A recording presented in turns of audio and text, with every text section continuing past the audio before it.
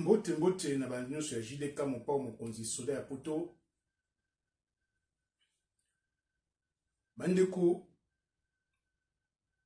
obet lemno li solo ya ba miyibi. Ba Congolais ya miyibi. Basi mibale, mibali mibale. Ba miyibi. Otobengi réseau d'escroquerie en bande organisée. La France.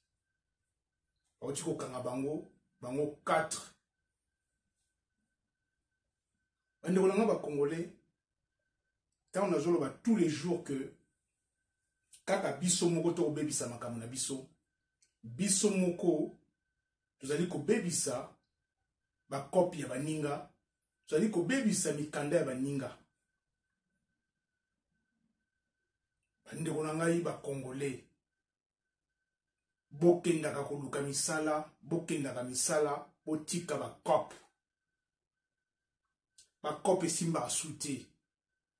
Bo changer ba mentalité. Bandeko nanga merci na patience, merci na confiance pe fidélité oyo bopesaka soda na bino ya mikili. Eloba Jean-Louis Lubandila botika na kaka moko l'unique oyo nazalaka fierté ya communauté congolaise na kati ya mikili ya poto. Na ela biora masolo vrai.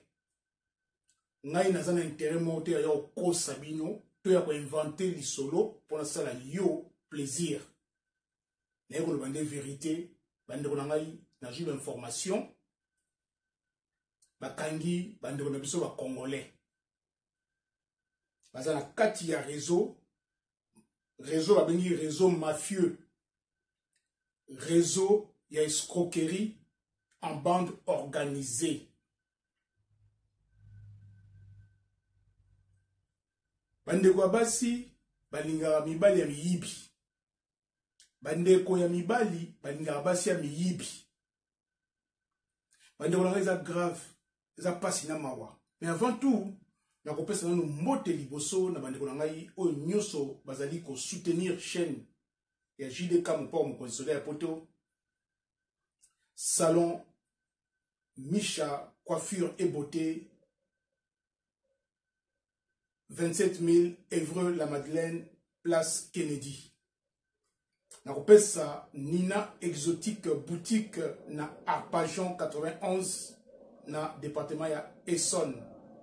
Na pesi mère double oyo ya capitaine Vieux Souza na Évreux la Madeleine et na kobakisa mbote na ngai na boutique exotique Mama Africa oyo ya le patron John na place PCR Évreux la Madeleine. Et na kosukisa na Anita Molenbeek, Maître Alain Lyon, Aiko Maneno motema ya Mama Deka, Mama Hortense Nakatia Deka, Danemark. Bandeko eza pasi na mawa. Eza pasi na mawa na soni. Tango nazoloba ke bokendaka misala. Bolobi te sola poto yo wa mystique. Yo lingi nini. Tika biso do mesana na suna ba cop. Ba cop ezo leka susuté et puis le karasuté et puis ko le karasuté. Ba ta ba cop tout la plupart baza na prison. Botika ko envier. Botika ko envier batu. O mais soda poto yo umel na mikili, o umel na poto menengi no tongisa immeuble te na kin, na Congo tongisa te o somba te. Bando na ngana o somba na mbongo nini? Ya muyibi. Soda ya poto na kenda musala. Na somba place na zalaka. Na somba combien? Pour na sala au plaisir. Na kende ko yiba. Ndenge ba yibaka. Banda ko ba utonga bambonga muyibi. Nyo seza na katiao ki muyibi ya 4 personnes, 2 femmes et 2 hommes. Na ba kombo na bango ezali na kati. Ngai te na lobi mundele mutako loba yango mbila. Alors, bande ko ngai tous s'abonner massivement et gratuitement na chaîne na biso oezape ya bino kaka na kombo ya JDK Mopao TV, chaîne ya Ofele, chaîne ya Masolo Kitoko, chaîne ya éducative, chaîne ya Polele, Pembe, chaîne ya vérité, awa polémique ezalaka te, awa kaka respect. Alors, bandeko bakangi bango 4. Mwana mwasi ya liboso kombo na ye Bijou. Na otanga bakombo po bakombo ezala na kati awa mondele apesi ni bakombo. Le eloko bangi ezala nango te, sauf que nani ko tia vidéo te parce que nani ba mona bilongi na bango te. Baza awa na kati bango nyonso ko banda na Bijou o ya liboso a fongola ba faux compte. Toujours en complicité na mibali na bango miyibi a fongola 40 faux comptes na banque avec ba identité différente ya muyibi, ba fausse identité. Alors mbila tanga kangi Bijou bakepa ya Bijou ali femme seule. Avant na mwana ye moko ya mwasi, bébé na ye moko jeune fille ya muke ya mwasi akena na classe.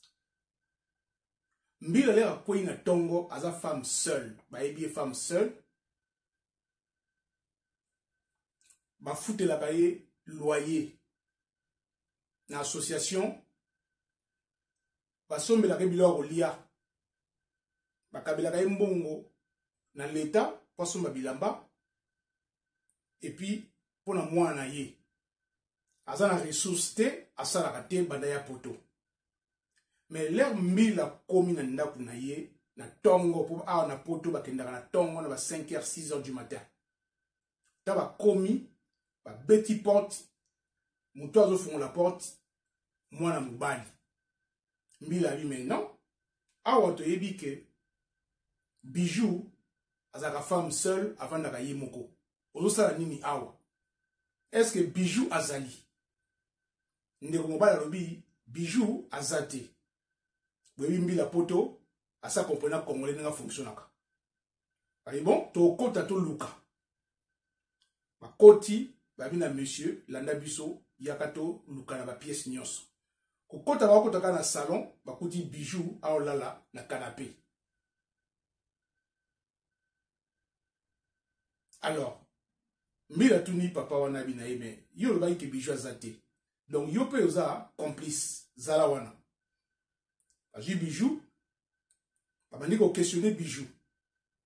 Ba kuti na ndaku ya Bijou ba biloko kaka ya luxe. Ba kuti ndaku na ye habillé Versace. Ba kiti ya Versace. Moquette tapis à Versace, ba rideau à Versace, mire na ye télévision ya munene, azana frigidaire ya munene, azana biloko ke ya luxe. Tango siko baki otala na cuisine, bakuti machine à laver ya luxe, bakuti frigidaire, frigo américain, oya munene wana, ezaka ba 2000 à 3000 euros. Batuni Bijou osalaka wapi pozo la biloko nyonso. Bijou abi non mobali nanga akendaka mingi na Suisse asalaka ba misala moko boye kaka droite à gauche ayela nga mbongo yango na somba biloko nyonso et puis ngai naza boye papa nanga na Congo azali mutu ya mbongo aza mutu munene atindela nga mbongo fin du mois nyonso. Balobi na bon.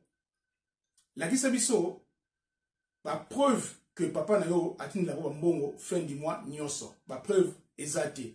Ba bon mobali na yo a gagné combien? Ote mobali na nga sa neka misala mike vraiment ba mbongo na yeza na mike abine bo ba biloko nyonso somba o somba ngo ndenge nini. Bijou avant di nien calme eloko lo bizate. Ba koti na garde-robe, ba kuti ba bilamba ya ba marque.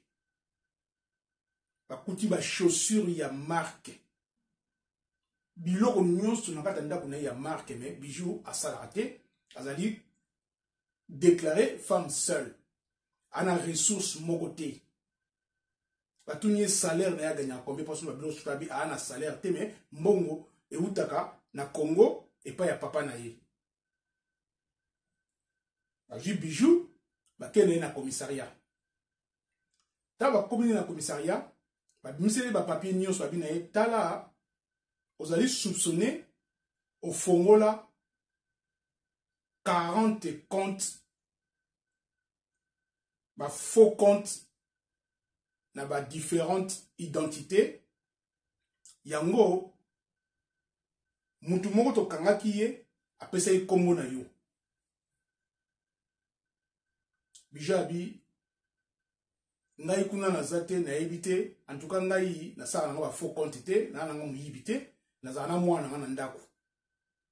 Abi na bon ba miseli photo ala kise photo ne zeki nani ya Alain azali chef ya réseau donc le la patron na bango ya ba miyibi oya sala bango ba kopa tindi la bango akena obimisa ba faux papier ko fongola ba faux compte ba faux document ba carte d'identité ya muyibi ba compte nyonso fongola ya muyibi. Alain de chef ya réseau a utilisé Bijou et puis Bijou le bakangiye a wangani alobi ezaka yete ezalaka Fabienne ndem de ça ba faux copie ya muyibi na Alain ba keko luka Fabienne akende musala mukolona be balandi tina musala ba ke bakangi Fabienne ba ila Fabienne na commissariat batuni Fabienne.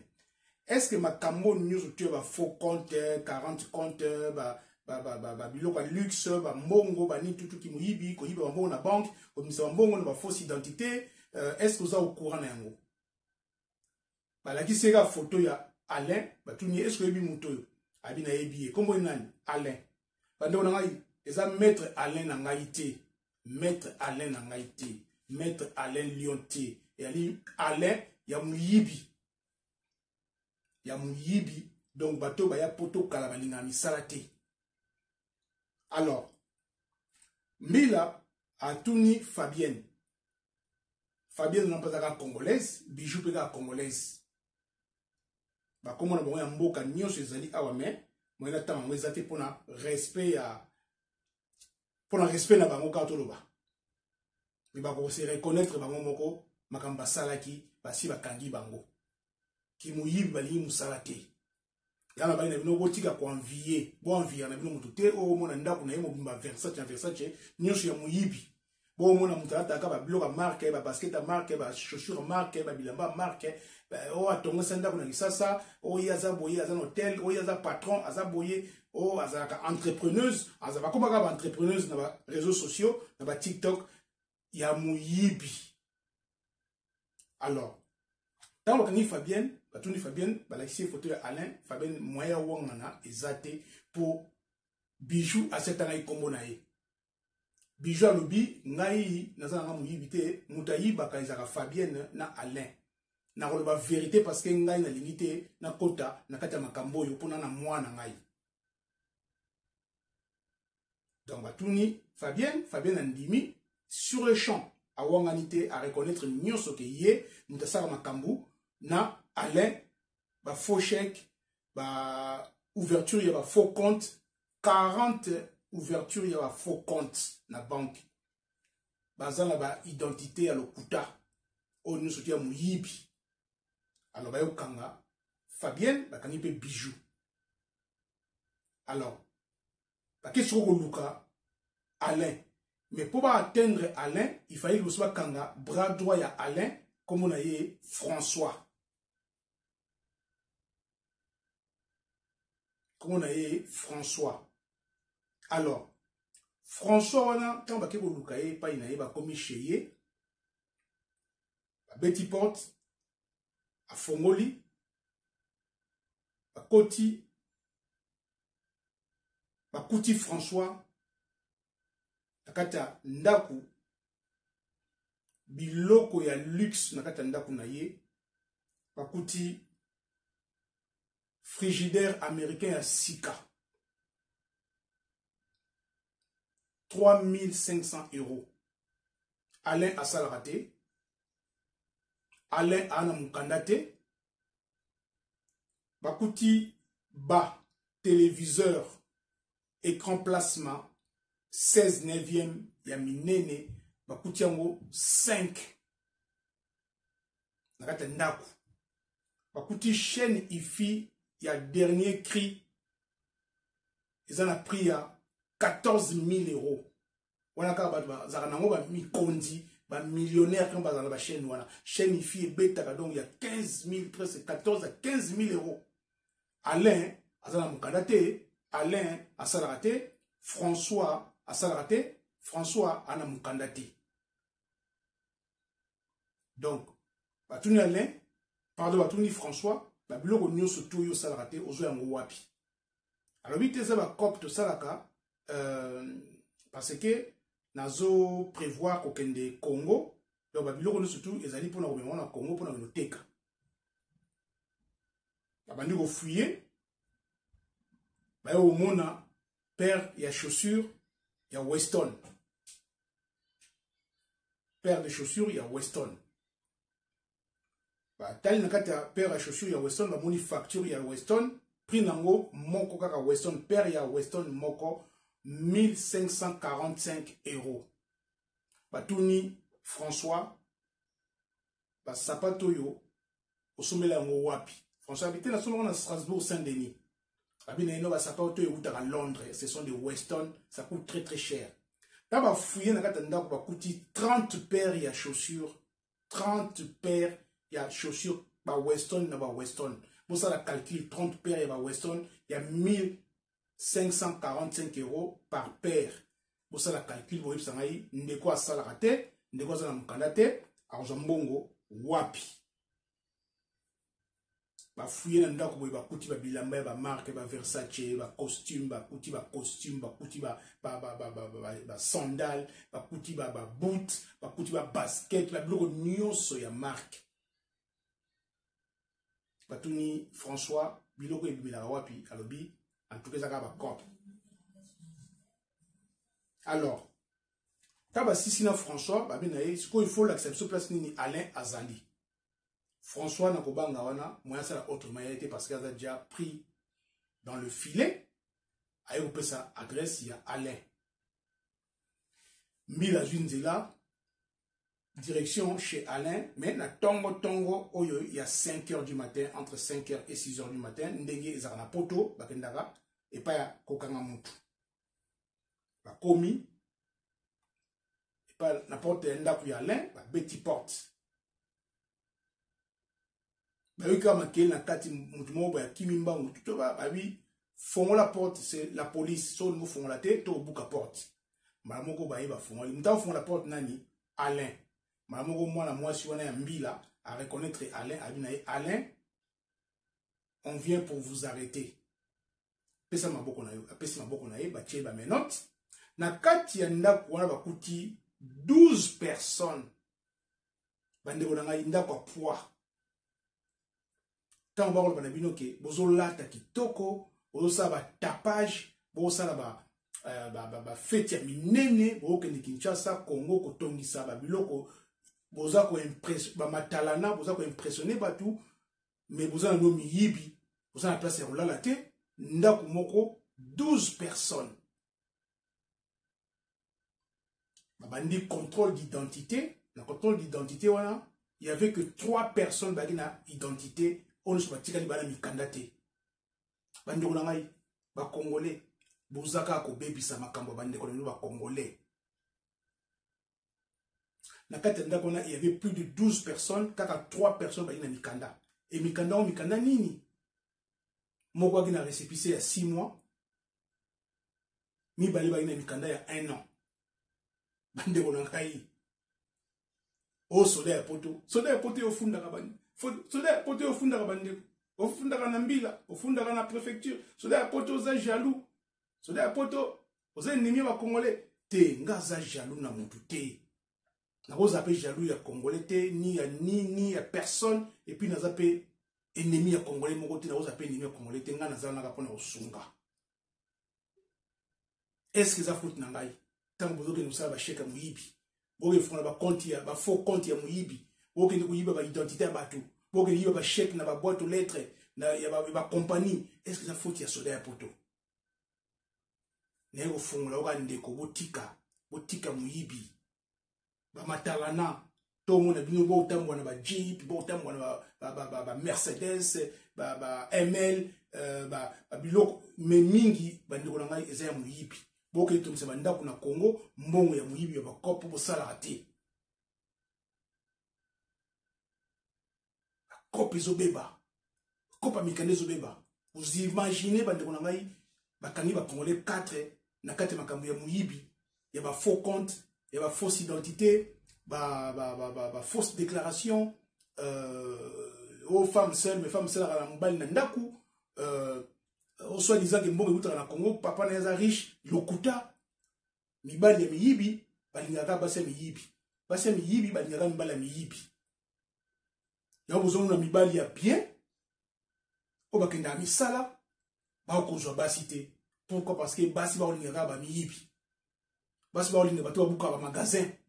O abimsela ba Yoshi, abimsela ba Versace, abimsela ba Gabbana, abimsela ba Issey yake, abimsela ba biloko marque ba Nike, ba Adidas, ba kombo minene kaka yamona oyo basi na biso balingaka. Ba mibali ya ndenge wana ba miyibi na ba miyibi. Donc muyibi na muyibi akutani basangani miyibi na miyibi, basani ki muyibi. Yokanga onakoloba. J'ai raison. Na koza la jaloux na yote ndeko na ngai ya muyibi. Na koza la jaloux na yote so tongisi ndako na Congo na mbongo muyibi. Esa nga eloko nini? Esa nga eloko te poza mbongo muyibi. La preuve ndenge bakangi bango. Bazo risquer bango nyonso 7 ans de prison ferme. Bango nyonso wana bazo risquer 7 ans de prison ferme. Moi si basi mibale wana na Alain et puis na François. Par contre Alain le quoi dit chef ya réseau, ye mutu asala ba cop nyonso, ba kuti na ndaku ya Alain, ba kuti ba papier, ba fiche de paye, ba fausse fiche de paye, ba kuti ba fausse carte d'identité, ba kuti ba faux ba papier EDF, ba papier ya ba carte de sécurité sociale ya lokuta, ba kuti ba fiche de paye ya lokuta, ba kuti ba biloko ebele nyonso ya lokuta, ba kuti ba passeport ya lokuta, ba faux passeport, eza ba visa ya lokuta, ba kuti makambo ebele nyonso tu ya lokuta.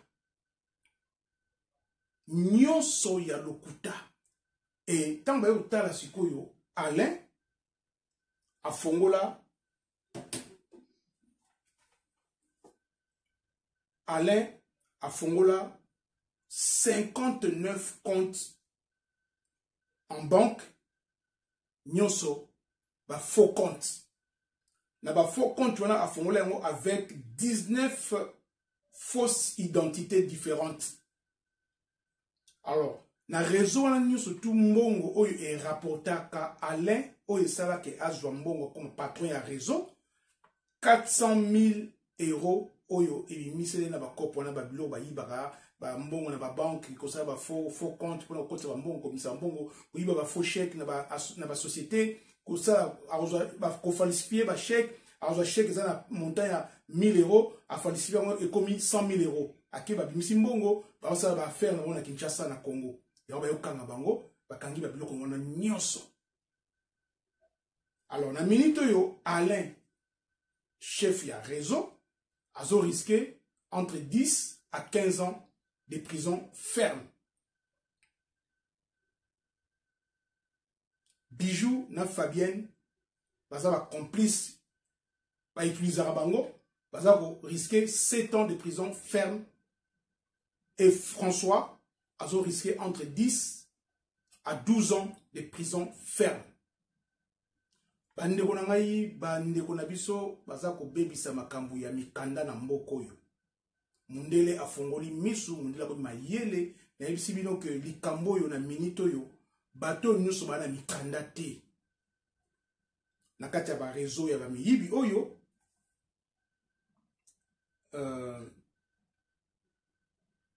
vous la boli bisangai.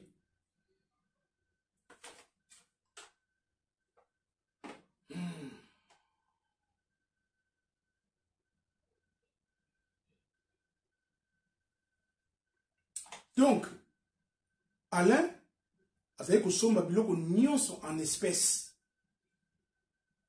Autant la muntasa la raté, ala mukandate, mais accueilli que somba Weston, il y a 1400 ou il y a 1545 euros à payer bon cash. Nega to monaka, ba o na betlem no masolo, ba ya osa ba matalana na bango, o ayo somba cash 14 000 euros ya blouson na magasin ya Yoshi Yamamoto ou bien ya Dolce Gabbana ou bien ndega bomonaka histoire na betla bino ke muta osomba biloko ya 6 000 euros na magasin na kati ya Champs-Élysées wana na ba boutique ya Champs-Élysées ba boutique luxe na Louis Vuitton ake somba survêtement ake somba sac basket nyon se coûter 6 000 à 7 000 euros. Cash en espèces, ce sont des voleurs. Baba miyibi, babuka ba magasin, batinda ba babuka ba magasin, ba on balata ba musicien, ba ba yibi ba musicien, ba bi on bona ba boka boka bango, ba kombo no suyo ka la plupart ce sont des miyibi. Na ofunga ka yo yeba. Na richala mutute et je m'en fous. So yo kanga yo kinga so ko ndimela ngo ndimela so ko lingite ovandi. Nous avons besoin de immeuble à 50 étages dans le Congo. Je n'ai pas besoin. Ceux qui ont un bon hôtel, moi je pars au boulot tous les matins. Et là, on a la salaire à la fin du mois. Olinga, te osaka bongo. Nazo vivre te, nazo vivre. Nazo lala te, nazo lala. Nazo lia te, nazo lia. Voilà. Donc, bandeko nangai. Boye bakake, na yobeta li solo, ya bandeko na biso bakangi bango 4 Congolais, 2 femmes et 2 hommes. Na tangi ba kombo po ba kombo le bango eza na kati ya moyen kutu ya moyen oloba ezate puisque eza la vérité. Bozela na tira bino mo muke, bomona ki nazo ba bino ka vrai.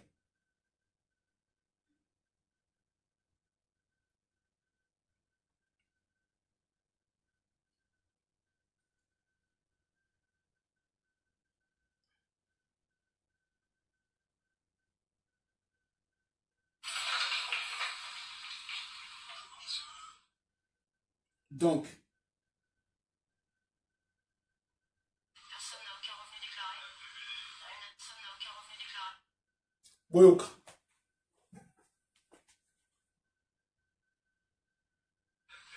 Une association paie le loyer de l'appartement. Et si vous pouvez commencer à regarder, il y a du matériel neuf, il y a des vêtements de marque, donc on va faire le tout. Ah, c'est à papa ça? Ah, c'est à moi. C'est à toi? C'est ça? Un collecteur de vêtements. Dans le salon, juste à côté. Pouvez-vous lever s'il vous plaît? On va installer quel? Donnez-moi ça. On vient comme ça, comme on veut chercher des malfaiteurs ou bien. Non, c'est pas le tout. Mais vous savez, on sait jamais où on va. Là, on vient comme ça, comme on. Ça va. Écoutez, vous n'avez pas été tiré comme un homme. Bijou est soupçonné d'avoir ouvert un compte au nom d'une certaine Madame Couret. Avec l'argent, elle aurait effectué une quarantaine d'achats en électroménager, mais aussi dans des boutiques de luxe. Ce que l'on recherche plus particulièrement, ce sont les documents relatifs donc à l'alias de Courage. Mais l'alias, c'est quoi en fait? L'alias, c'est le nom qui a été utilisé pour ouvrir le compte sous fausse identité. Ensuite, différentes factures d'achat au même nom. Et du matériel encore sous carton, choses comme ça. Donc, il faut savoir que cette personne n'a aucun revenu déclaré. Une association paie le loyer de l'appartement. Et si vous pouvez commencer à regarder, il y a du matériel neuf, il y a des vêtements de marque, donc on va faire le tour. Ah, c'est à papa ça? Ah, c'est à moi. C'est à toi? C'est toi qui l'as acheté? Oui, son deux lecteurs DVD.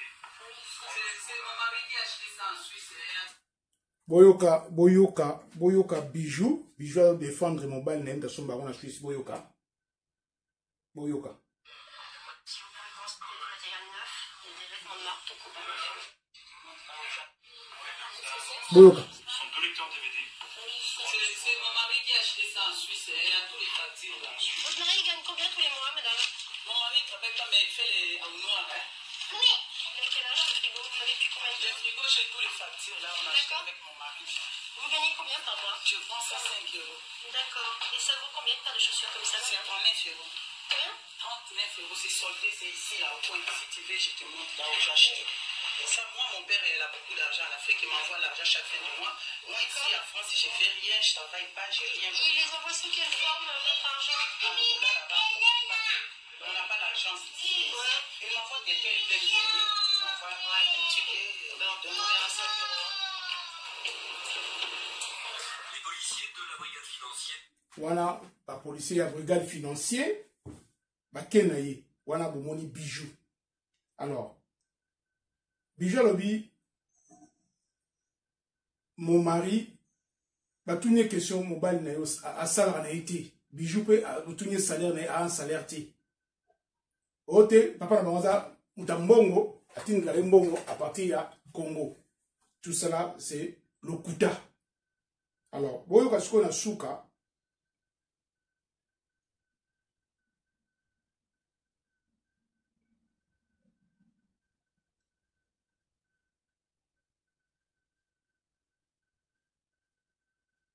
Awa, tangu. Isaria. Elle a été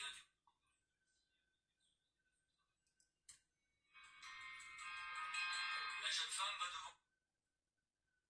Awa, tangu yokanga, Fabienne. La jeune femme va devoir s'expliquer sur le compte ouvert au nom de Courrèges. On a un compte bancaire qui a été ouvert au nom de Courrèges, Cécile. Alors, je vous demande simplement maintenant de savoir est-ce que vous êtes libéré ça ou pas.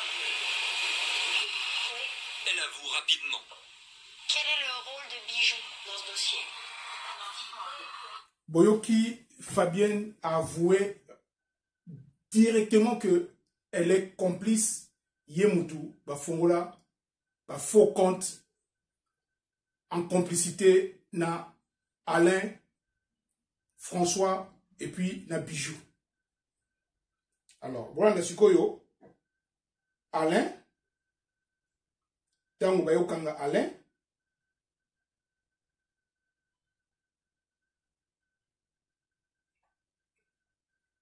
Awa, et c'est comme Bayokanga Alain. Tolan, Awa Bayokanga Alain. Donc, sur les 39 comptes frauduleux ouverts.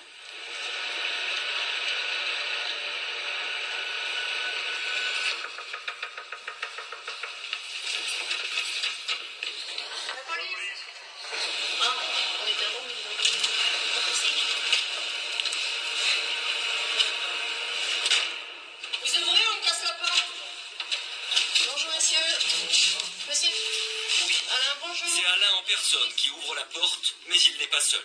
Une demi-douzaine de personnes partagent l'appartement. Alain est immédiatement arrêté. Dès leur arrivée, les policiers remarquent des comportements étranges du côté de la salle de bain.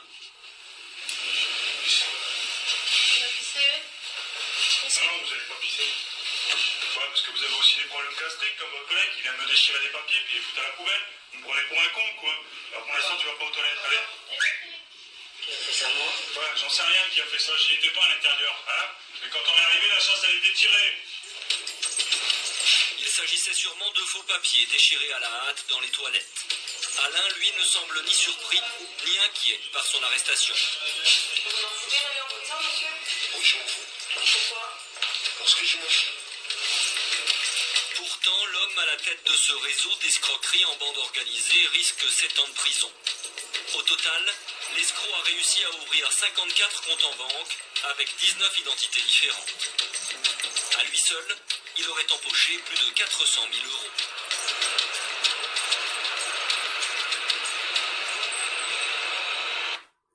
bomoni porte ya prison et kangami. Bomoni porte ya prison et kangami sali ba koti prison et la plupart bazawana bazala refoulé parce que la plupart bala mikandate. Tant beaucoup il na réseau ou ba bengaka réseau d'escroquerie en bande organisée zala mukanda.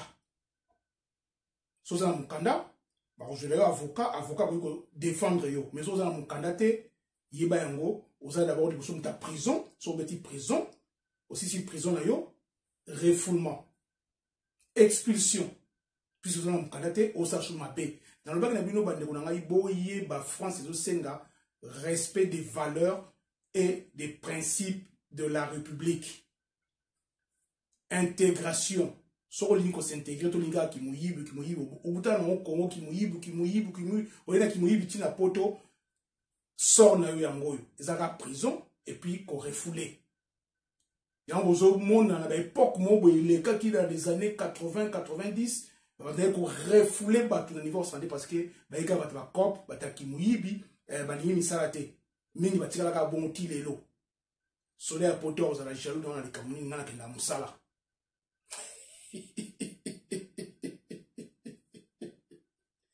Nga kenda nga musala. So oza jaloux dans les kamuni po yo ya muyibi. Tala na bande ko basi. Oyoki alele bakangi batunie. Est-ce que ça vous dit quoi qu'on vous arrête? Alain Lobi, je m'en fous. Donc ça veut dire que Batoyo, ils sont fous de vous les Congolais. Ils sont fous complètement. Et on a joué à Congolais, on a besoin de conscience. Sozana Mukanda, qui n'est que Luka Moussala. Botala ba minute te que na sali vidéo moulaï, na sali vidéo moulaï pose conscience que Batoyo, bango bazobo mamboka, bango ma communauté, na matalana, na matu vu. C'est-à-dire yo soko koti na groupe yo, olandi makambo yo osuka na ndaku ya ngele. Na lobwaku. Na zonzon, ou babenga zonzon, prison, zonzon. Au passé toute ta vie na zonzon. Ceux qui ba moni que tant na ba lié chez mingi na kati ya zonzon. Ba tu un avion, ba refoulé yo. Bo changer bizaleli. Ne yo beta c'était bo partager vidéo yo parce que vidéo yo ba ndeko na biso mona ki wana kati ya ndako a poids.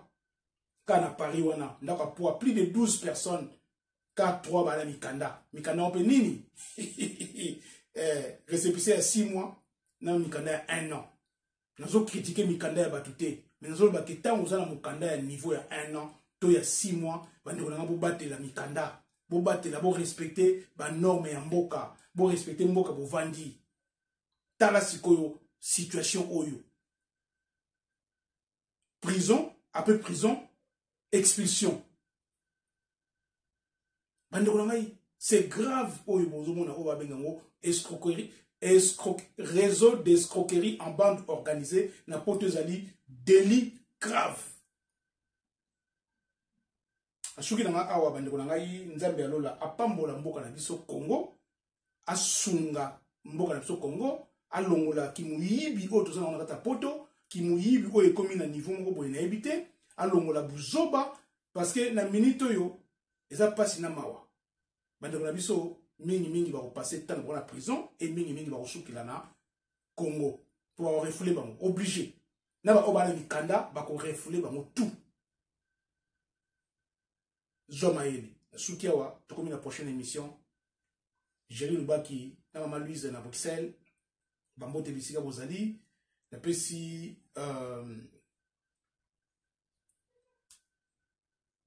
Patrick Koulosa nakati ya Arpajon bambote belé na pesi mama Chantal oyo ya papa Gary nakati ya Vigneux sur scène na 91 na pesi mama Bernadette ba bisou ebelé nakati ya Villeneuve Saint-Georges 94 na pesi Emedo na Vigneux sur scène 91 bambote belé nani na bosani so na bosani yo en tout cas rappeler ngai na tika teko bwaka yo mbalasima tata mwasi ya bana mama mami Charlotte Ntsilu na Dreux ba bisou ebelé chéri Paul na Merbo ya Guibert Dibanza les monuments na Caroline du Nord Gilles Beau Dibanza les pasteurs et puis na kosuka na mama na biso Mishka na kati ya tour na Indre-Loire 37. En tout cas, Nzambe alola apambola biso nyonso. Tokomi na prochaine émission. Ciao, ciao.